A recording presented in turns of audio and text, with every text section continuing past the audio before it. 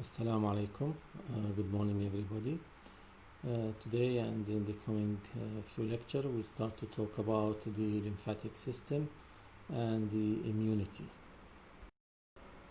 The objectives are to list the primary and secondary lymphoid organs, tissues, and describe their functions, define hematopoietic stem cells, lymphoid lineage and myeloid lineage, define innate and adaptive or acquired immunity, antigens and immunogens, describe the requirements for inducing an immune response, list the major components of innate and adaptive immunity, describe the major features of innate and adaptive immunity, and finally compare and contrast the major features of innate and adaptive immune responses. The lymphatic system is a system consisting of lymphatic vessels through which a clear fluid that we call it lymph passes or flows. The major functions of the lymphatic system include draining interstitial fluid, transporting dietary lipids absorbed by the gastrointestinal tract to the blood, and facilitating the immune responses. The lymphatic system includes lymphatic capillaries, lymphatic vessels, the lymph nodes, the lymphatic trunks, and the lymphatic ducts, and then primary lymphatic organs as well as secondary lymphatic organs. So we have the lymphatic capillaries that drain into lymphatic vessels. Lymphatic vessels will pass through lymph nodes and then to lymphatic trunks, lymphatic ducts, and we have also primary and secondary lymphatic organs. Lymph is a clear to milky fluid in the extracellular fluid compartment. Extracellular fluids, as you remember, include plasma, the liquid component of blood, the interstitial fluid, which is the clear fluid filtered through the capillary walls when it enters the interstitium. As you remember, every day 20 liters of fluid are filtered and 17 liters are reabsorbed. So there is fluid that is left in the interstitium that should be drained through the lymphatic vessels. So the lymphatic fluid is the unaltered interstitial fluid that enters the lymphatic vessels. In the GIT, lymphatic fluids also include absorbed dietary lipids. The flow of lymph fluid is always from the periphery towards the central vasculature. As you can see here, we have afferent lymphatic vessels that drain or bring lymph to the lymph node, and then efferent vessels will carry lymph towards the central vasculature. It starts as interstitial fluid, then it enters the lymphatic capillaries, and then finally it travels in the lymphatic vessels to the regional lymph nodes, and then lymph ascends or descends to the thorax, either to the left or right lymphatic ducts that you already studied in anatomy, and then the lymph fluid final destination is the bloodstream as it enters through the subclavian veins. Here, if you remember in anatomy, we have two major lymphatic ducts, the right lymphatic duct and the left lymphatic duct or the thoracic duct that bring the lymph finally to the circulation. The lymph capillaries are slightly larger than blood capillaries and have a unique one-way structure. As you can see here, the lymphatic capillaries have blind ends and they also have one-way flow. Here we have the interstitial cells, and this is the blind end of the lymphatic capillary that is lined by epithelial cells or the endothelial cells of the lymph capillaries. As you see here, there is an overlap between the endothelial cells that will allow fluid to pass in one direction. There are also anchoring fibers that attach the endothelial cells to the peripheral cells, and once the interstitium is expanded or congested with fluids, this will pull on the lymphatic endothelial cells, so it will open the pores between the epithelial cells, allowing more lymph to flow into the lymphatic capillaries. So the ends of endothelial cells overlap and permit interstitial fluid to flow in but not out. So the flow of lymph is from the interstitium to the lumen of the capillary but not in the opposite direction. Then anchoring filaments pull openings wider when the interstitial fluid accumulates or the interstitium is congested with fluids. There are specialized lymphatic capillaries called lacteals that we already mentioned in the gastrointestinal tract. They are present, or they are the core of the villi, and they take up dietary lipids in the small intestine. Chyle is the name of the lymph with lipids. So the lymph that flows through the lacteals in the small intestine is called chyle because it is rich in lipids.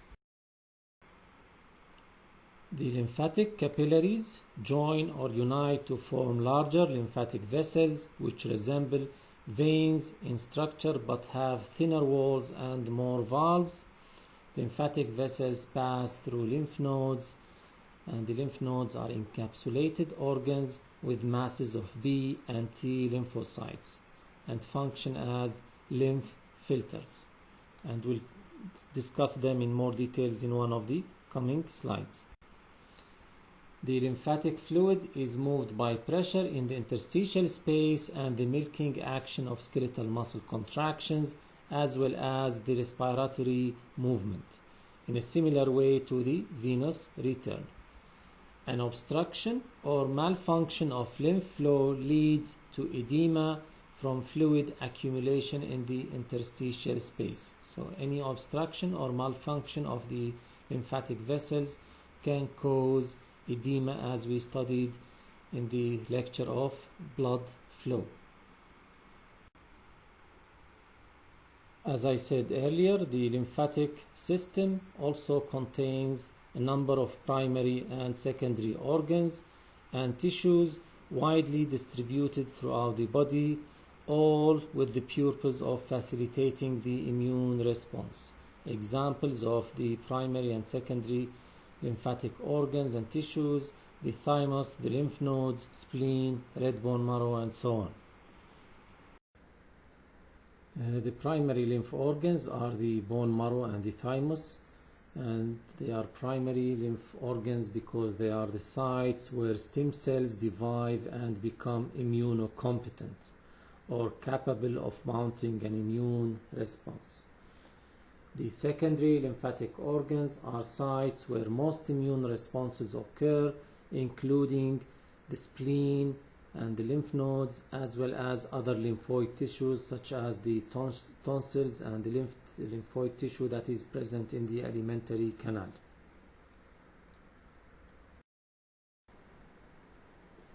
The thymus slightly protrudes from the mediastinum into the lower neck.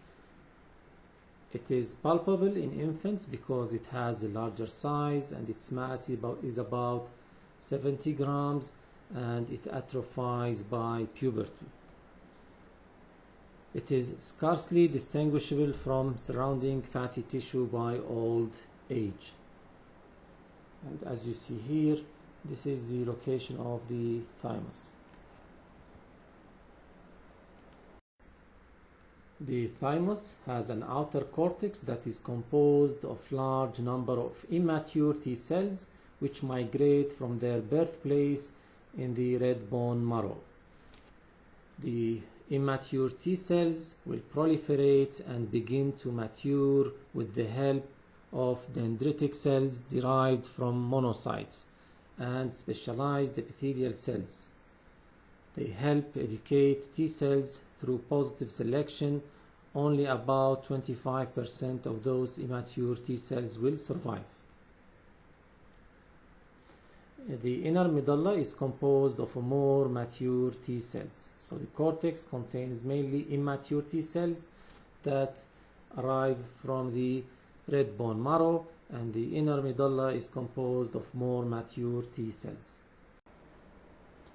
Among the secondary lymphatic organs are the lymph nodes. There are about 600 lymph nodes scattered along lymphatic vessels in superficial and deep groups, and they mainly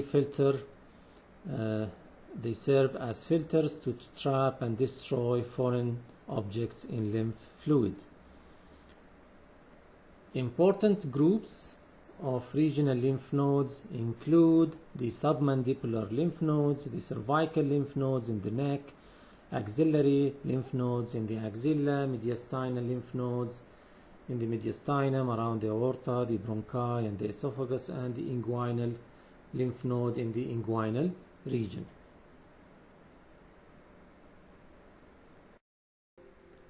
Lymph as a fluid enters the node through afferent vessels and is directed towards the central medullary sinus.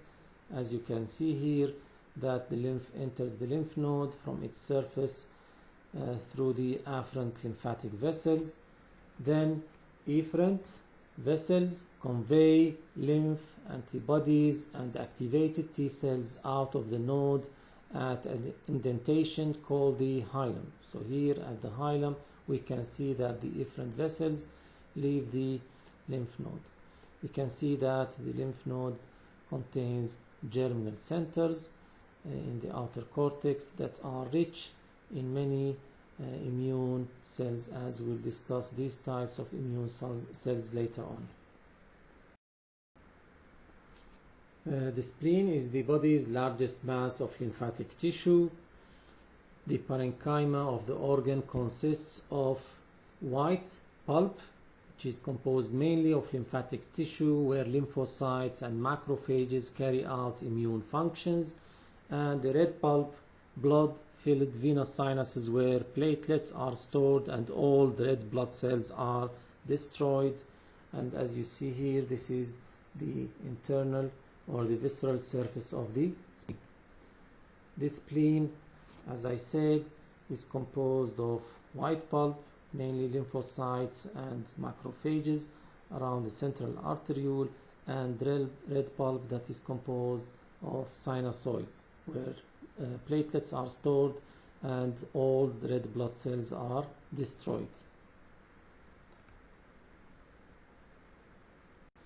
Now let's talk about the hematopoietic stem cells, because these are stem cells that are present in the red bone marrow, and they are the precursor cells for all types of blood cells, including the immune cells, the different immune cells. As you can see here, the stem cell is called hematopoietic stem cell that is present in the red bone marrow, which is the factory for blood cells.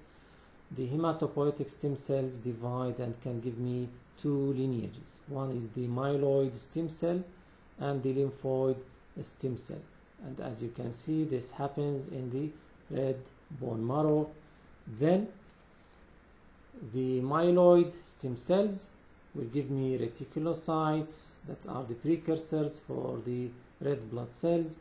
Megakaryocytes, these are giant cells that will give small fragments, and these are the platelets. And then it will give me the neutrophils or basophils and eosinophils, as well as the monocyte progenitors. And here the lymphoid stem cell can give me B lymphocytes and T lymphocytes in the thymus. Now each cell will give me the final cell or the mature cell. So the reticulocyte will give me mature erythrocytes in the blood, and the megakaryocytes will give me platelets, or will give me small fragments called the platelets that are important for the hemostasis, and the precursor for basophils and eosinophils will give me basophils and eosinophils. Then the granulocyte monocyte precursor will give me monocytes and neutrophils. And then I can get also from the lymphoid stem cells the B lymphocytes, the natural killer cells, and the T lymphocytes. All of them will enter the blood. The basophils, eosinophils will enter into the blood. Monocytes can be activated and become macrophages. Neutrophils also enter the blood, and one of the cells that arise from the granulocyte monocyte progenitor cells are the dendritic cells, and these are cells that have the ability to undergo phagocytosis. Now let's talk about the immune response, which is the main topic of today's lecture. Immunity is the ability of the human body to resist almost all types of organisms or toxins that tend to damage the tissues and organs. The immune defenses of the body are classically subdivided into non-specific immune response, we call the innate immune response, and specific immune response that we call adaptive or acquired immune response. As you can see here, this is the immune response or immunity. We have innate or inborn immune response and adaptive or acquired immune response. The adaptive or acquired immune response is divided into cell-mediated and antibody-mediated, and we'll discuss the cell-mediated and antibody-mediated immune responses in this lecture as well as in the coming lecture. 4 different classes of pathogens can stimulate the immune response, like viruses, bacteria, fungi, and parasites. Let's start now with the innate immunity or innate immune response. The innate immune response is present at birth, so we are born with that immunity. It is non-specific and non-adaptive. It includes our first line of external physical and chemical barriers provided by the skin and the mucous membranes. For example, part of our innate immune response is the ability of the nose to filter inhaled particles and the mucous membrane to act as a barrier that prevents against invasion by pathogens. Saliva contains lysozymes that can kill bacteria. The mucous membrane in the airways, with the help of mucus and cilia, can protect us or propel the pathogens outside the airways. The intact skin forms a physical barrier and houses normal microbiota that will compete with pathogenic bacteria, so it will prevent, or this microbiota will prevent the multiplication of the pathogenic bacteria on the skin. The eyelids have a mucous membrane that acts as a barrier or physical barrier, and also lysozyme is present in tears. The throat contains normal microbiota that compete with the pathogenic bacteria for the place. Acid in the stomach, the low pH, less than 2, can kill bacteria. Also, the normal microbiota in the large intestine compete with the pathogenic bacteria for the place where to survive. The low pH in urinary tract and the mechanical flushing will help in protecting against UTI and inflammation of the vagina. Here we can see a summary of the innate defenses. We can see that the epidermis of the skin forms a physical barrier, the mucous membrane acts a barrier, the mucus traps microbes, hair will filter out microbes and dust in the nose, and so on. In addition to the physical factors, there are also chemical factors like sebum that is produced from the sebaceous glands, lysozyme that is present in saliva and tears, the gastric juice, and the vaginal secretions. In addition to the physical and chemical barriers that we discussed in the previous slide, our non-specific innate immune response also includes various internal defenses such as antimicrobial substances, phagocytes, natural killer cells, inflammation, fever, interference, and complement system. As you can see here again, we have physical barriers that prevent, approach, and deny access to pathogens. We have the phagocytes, either fixed phagocytes or neutrophils in the blood, free phagocytes, eosinophils, and monocytes. The fixed macrophages are examples of fixed macrophages are those in the hepatic sinusoids, Kupffer cells, and the macrophages that are present in the alveoli. There is also the possibility of extracellular killing by the natural killer cells that approach abnormal cells and lyse those abnormal cells. The inflammatory response that we'll discuss later is also one of the internal defenses that are used by the innate immune response. Fever also one of the innate immune responses. Interference that are chemicals. They increase resistance of the cells to infection, and they slow the spread of the disease. They are released by activated lymphocytes and macrophages and by virus-infected cells. Also, we have the complement system that attacks and breaks down cell walls and attracts phagocytes, as well as it stimulates inflammation. So complements, they are plasma proteins. They can attack the abnormal cells and cause their lysis. As you can see here, as I said, phagocytes, they remove debris and pathogens, and we have different cells that have the ability to undergo phagocytosis. The natural killer cells, they approach the abnormal cells and they cause their lysis by releasing substances that cause the lysis and death of the abnormal cells.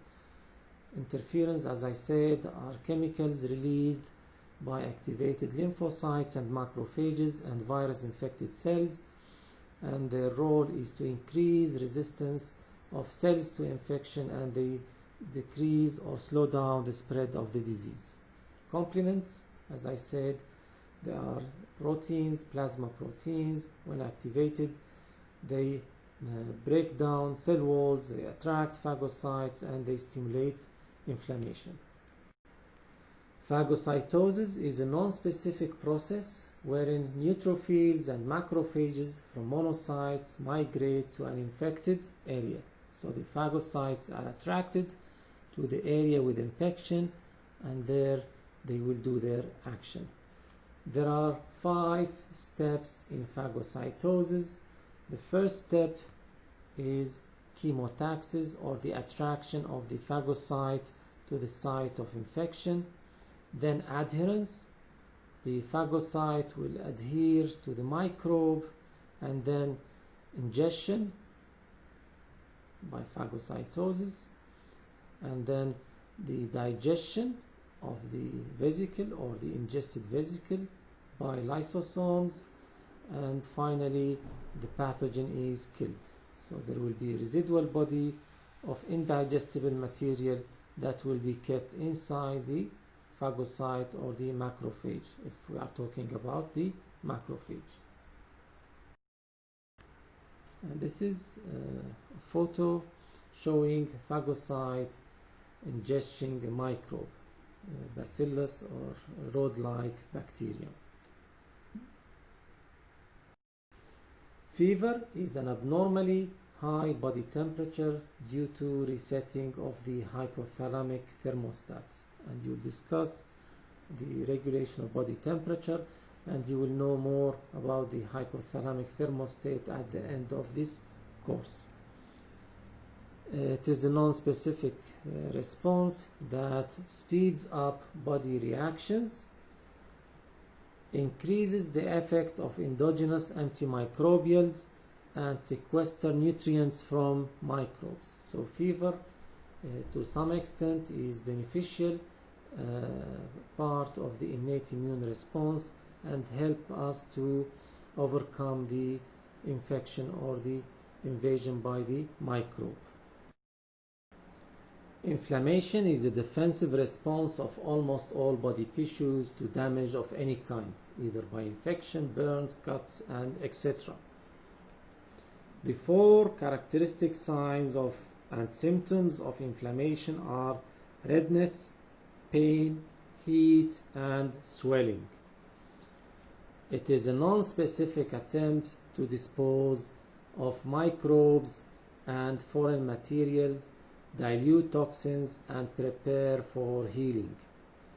So inflammatory response has multiple effects, and these include blood flow is increased, phagocytes are activated, capillary permeability is increased, complement is activated, clotting reaction walls of regional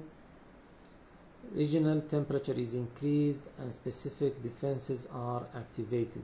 So we'll see redness due to dilatation of blood vessels, pain due to release of chemicals that induce pain, heat due to increased blood flow, and swelling due to increased permeability of the blood vessels at the site of inflammation.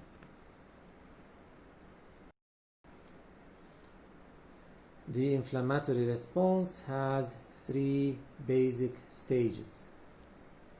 These are vasodilation and increased permeability, as we can see here. Blood vessels dilate, bringing increased blood flow to the injured area or injured site.